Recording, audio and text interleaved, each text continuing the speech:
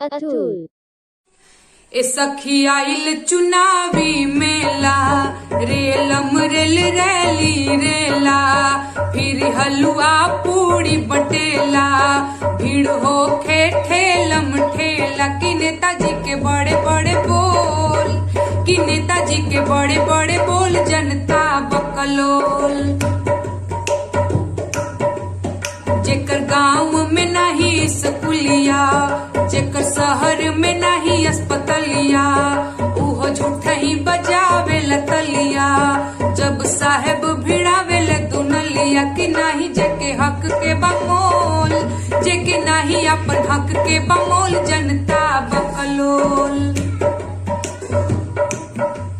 जब केंद्र ले रुपया चलेला, चल चलत रस्ता भटकेला, ओमे बीचवे में होई जला खेला।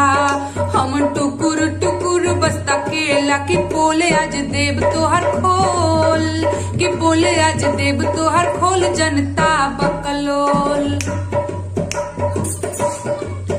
पारित होला योजना पे योजना, कहाँ योजना है राइल सखी खोजना।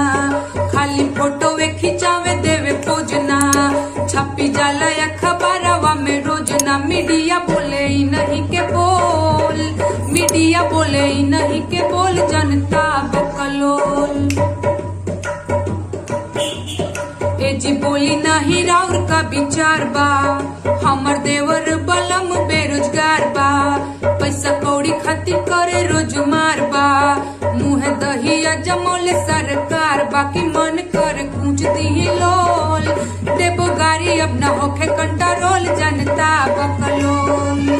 सखी आइल चुनावी मेला, रेलम रेल रैली रेला, फिर हलवा पूड़ी बटेला, भीड़ होखे ठेलम ठेला। कि नेताजी के बड़े बड़े बोल, कि नेता